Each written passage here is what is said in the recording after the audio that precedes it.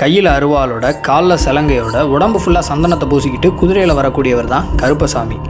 இந்த கருப்பசாமியினுடைய வழிபாடு தமிழ்நாட்டில் பல இடங்களில் பல விதமாக இருக்குது.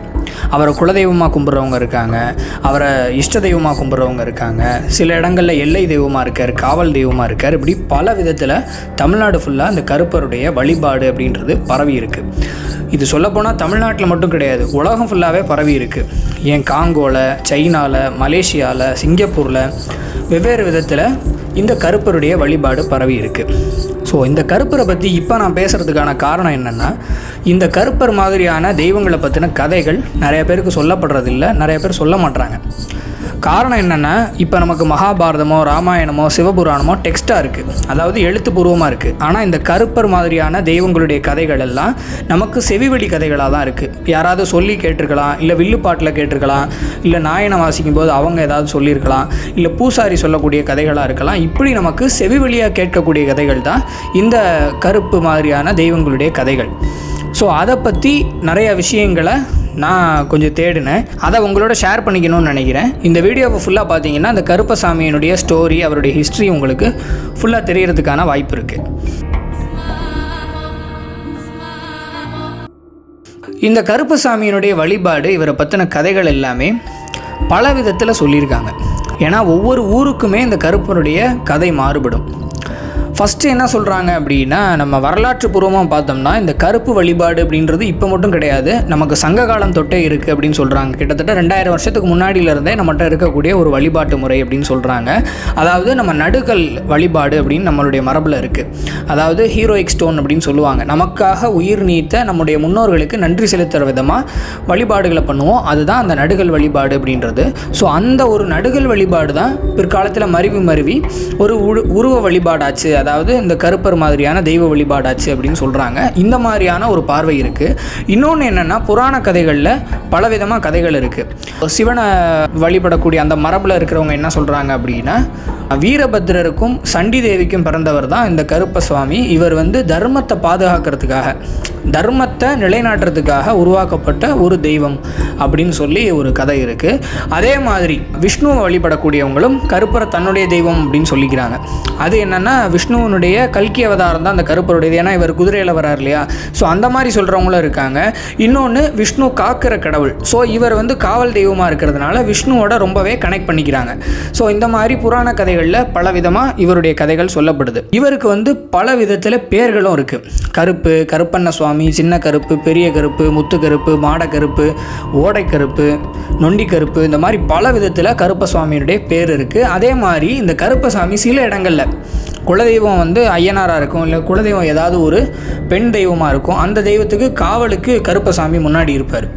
ஸோ இந்த மாதிரி ஒரு கிராம தெய்வமாகவும் எல்லை தெய்வமாகவும் காவல் தெய்வமாகவும் கருப்பர் நம்முடைய வழிபாட்டு மரபில் இருக்கார். இப்போ இந்த கருப்பசாமியை நம்ம குறிப்பாக பார்த்தோம் அப்படின்னா, தர்மத்தை நிலைநாட்டுறதுக்கான ஒரு கடவுள் அப்படின்னு பார்க்குறாங்க. அதாவது சிவபெருமானுடைய அம்சம், தர்மத்தை நிலைநாட்டுறதுக்காகவே அவதாரம் எடுத்தவர் அப்படின்னு சொல்லி சொல்கிறாங்க. ஸோ இவர்கிட்ட போனோம்னா நீதி கிடைக்கும் அப்படின்னு மக்களுடைய நம்பிக்கை இருக்குது. ஒன்று. இன்னொன்று என்னென்னா, இவர்கிட்ட யாருமே பொய் சொல்ல மாட்டாங்க. ஏன்னா இவர் தண்டிக்கக்கூடிய கடவுள், மற்ற கடவுள் மாதிரி கிடையாது. சரி பாவ மன்னிப்பு கொடுக்குறேன் அப்படின்ற மாதிரியான கடவுள் கிடையாது, தண்டிக்கக்கூடிய கடவுள். இன்னொன்று, நம்ம கூப்பிட்ட குரலுக்கு வரக்கூடியவர் இந்த ஒரு கருப்பசாமி. அதே மாதிரி நமக்கு மிகப்பெரிய ஒரு ப்ரொடெக்டராகவும் இருக்கார், பாதுகாக்கக்கூடிய ஒரு கடவுளாகவும் இருக்கார். ஸோ இந்த மாதிரி நிறையா விஷயங்கள் இந்த கருப்பசாமிகிட்ட இருக்குது. அது மட்டும் இல்லாமல் இந்த கருப்பசாமியை மற்ற சாமி மாதிரி, அதாவது நம்ம இந்த நேரத்தில் தான் கும்பிடணும், இப்படி தான் கும்பிடணும், அந்த மாதிரி எந்த ஒரு ரெஸ்ட்ரிக்ஷனுமே கிடையாது. எந்த சமயத்தில் வேணால் கும்பிடலாம், எப்படினாலும் கும்பிடலாம். நம்ம ஒரு 5 ரூபாய்க்கு சூடை வாங்கி வச்சு கும்பிட்டா கூட போதும். அவர்கிட்ட நம்மளுடைய குறைகள்லாம் சொல்லிட்டு வந்தோம்னா அவர் தீர்த்து வச்சுருவார் அப்படின்னு ஒரு நம்பிக்கை இருக்குது. ஸோ அப்படியான ஒரு கடவுள் தான் இந்த கருப்பசாமி. நம்ம மேக்சிமம் எல்லாருக்குமே இந்த கருப்பர் தெரிஞ்சிருக்கும். தமிழ்நாட்டில் இருக்கிற எல்லாருக்குமே கருப்பரை பற்றியான ஒரு சில விஷயங்கள் தெரிஞ்சிருக்கும். அவருக்கு எப்படி படையல் படைக்கிறாங்க, அதாவது சுருட்டு, சாராயம், கல், இந்த மாதிரியான ஒரு வழிபாட்டு முறை, எளிமையான வழிபாட்டு முறைன்னு சொல்லலாம். ஒரு மாதிரி நம்மளோட கலோக்கியலான ஒரு சாமி, நமக்கான ஒரு சாமி அப்படின்னு சொல்லலாம். ஸோ அந்த மாதிரி எல்லாருக்குமான ஒரு சாமியாக இருக்கார். பல இடங்களில் இவருக்கு கோவில்கள் இருந்தாலும் இவருடைய ஆர்ஜினா சொல்லப்படக்கூடியது மலையாள தேசம் அப்படின்னு சொல்கிறாங்க. இது நான் சொல்லலைங்க, அவருடைய பாட்டிலே வருது, மலையாள தேசம் தான் இவருடைய தேசம் அப்படின்னு சொல்லி. ஏன் இந்த மாதிரி பாடியிருக்காங்க அப்படின்னு நமக்கு தெரியாது.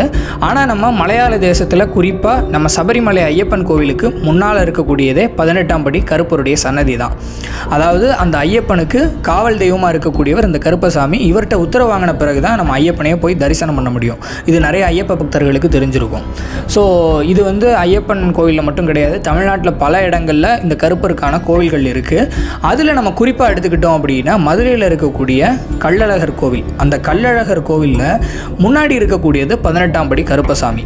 அந்த 18ஆம் படி கருப்பருக்கு நிறைய கதைகள் சொல்கிறாங்க. அதில் ஒரு 2 முக்கியமான கதைகள் இருக்குது. அதை இப்போ உங்களோட ஷேர் பண்ணிக்கிறேன். ஃபஸ்ட்டு ஒன்று என்ன அப்படின்னா, அந்த அழகர் கோவிலில் வந்து இருக்கக்கூடிய அந்த அழகருடைய விக்கிரகம், அந்த உற்சவர் சிலை அப்படின்னு சொல்லுவாங்க. அந்த உற்சவர் சிலை வந்து சுத்தமான தங்கத்தால் ஆனது.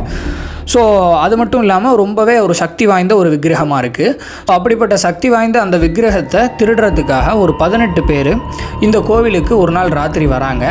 அந்த 18 பேரோடையும் அங்கே இருந்த ஒரு காவலாளி, ஒரு பாதுகாவலர் சண்டை போட்டு அவங்கள அந்த 18 பேரையும் கொண்டுட்டு தானும் இறந்து போயிடுறாரு. ஸோ அவரை தான் வந்து கருப்பசாமி அப்படின்னு சொல்லி முன்னாடி வச்சு கும்பிட்றாங்க அப்படின்ற ஒரு கதை இருக்குது. இன்னொன்று என்ன அப்படின்னா, இந்த பாண்டிய நாட்டில் இருக்கக்கூடிய இந்த ஒரு கள்ளழகர் விக்கிரகம் வந்து ரொம்பவே சக்தி வாய்ந்தது. ஸோ அந்த விக்கிரகத்தை திருடிட்டு வர்றதுக்காக கேரளாவிலேருந்து அங்கே இருக்கக்கூடிய ஒரு ராஜா ஒரு 18 மந்திரவாதியை மதுரைக்கு அனுப்பி அந்த 18 பேரையும் இந்த ஒரு அழகர் சிலையை திருடுறதுக்காக அனுப்புகிறாரு. ஸோ அந்த 18 பேரும் அழகர் சிலையை திருடுறதுக்காக வராங்க. ஆனால் இந்த அழகருடைய அழகில் மயங்கி இங்கேயே இருக்காங்க. அந்த 18 மந்திரவாதிகளுடைய தலைவன் தான் இந்த கருப்பசுவாமி அப்படின்னு சொல்கிறாங்க. ஸோ இந்த மாதிரி 2 விதமாக கதைகள் இருக்குது. இந்த 2 கதையிலுமே எது உண்மை அப்படின்றது நமக்கு தேவையில்லை. அதை தாண்டி இந்த கருப்பருடைய ஒரு ஸ்டோரியை, ஒரு ஹிஸ்ட்ரியை நம்ம தெரிஞ்சுக்கணும் அப்படின்றதான் நம்முடைய நோக்கம். இதில் ரொம்ப ஆராய்ச்சி நோக்கம்லாம் நமக்கு கிடையாது. இந்த கருப்பரை பற்றி நிறைய பேர் சொன்னதில்லை. ஸோ இந்த மாதிரி சிறு குறு தெய்வங்களுடைய ஒரு கதைகள் வந்து நமக்கு டெக்ஸ்ட்டாக வரணும், ஒரு எழுத்தாக வரணும், இது எல்லாருக்கும் போய் சேரணும் அப்படின்றது மட்டும்தான் நம்மளுடைய நோக்கம். ஸோ இதே நோக்கத்தோடு நீங்களும் இருந்தீங்கன்னா கண்டிப்பாக இந்த வீடியோவை ஷேர் பண்ணி விடுங்க. இந்த வீடியோவில் நான் பேச தவற விட்ட ஏதாவது விஷயங்கள் இருந்தது அப்படின்னா கண்டிப்பாக அதை கமெண்ட்டில் சொல்லுங்கள். உங்களுடைய கமெண்ட்டை பின் பண்ணுறேன். அதை நெக்ஸ்ட் வீடியோவில் பேசுகிறதுக்கு முயற்சி பண்ணுறேன். அது மட்டும் இல்லாமல் இப்போ நான் சொன்னது வந்து மதுரையில் இருந்த ஒரு 18ஆம் படி கருப்பரனுடைய ஒரு ஸ்டோரியை வந்து எனக்கு தெரிஞ்சதை எடுத்து சொன்னேன். இது மாதிரி உங்கள் ஊரில் ஓடை கருப்பாக இருக்கலாம், மாடை கருப்பாக இருக்கலாம், அல்லது ஆணையடி கருப்பு, இந்த மாதிரி பல இடங்களில் பல விதமாக அந்த கருப்பருடைய ஸ்டோரி இருக்கும். ஸோ அந்த மாதிரி உங்களுக்கு ரொம்பவே கேட்குறதுக்கு ரொம்ப ஒரு மிஸ்ட்ரியாக இருந்த ஒரு ஸ்டோரியை வந்து நீங்கள் கமெண்ட்டில் சொல்லுங்கள். கண்டிப்பாக அதை நான் படிச்சுட்டு நெக்ஸ்ட் வீடியோவில் அதை சொல்கிறதுக்கு முயற்சி பண்ணுறேன். உங்களுடைய கமெண்ட்டை கண்டிப்பாக பின் பண்ணுவேன். ஸோ இதே மாதிரி இன்ட்ரெஸ்டிங்கான நிறைய வீடியோஸ் உங்களுக்காக காத்திருக்கு. See you all in our next video. அது வரைக்கும் signing off from Madhavan. Bye.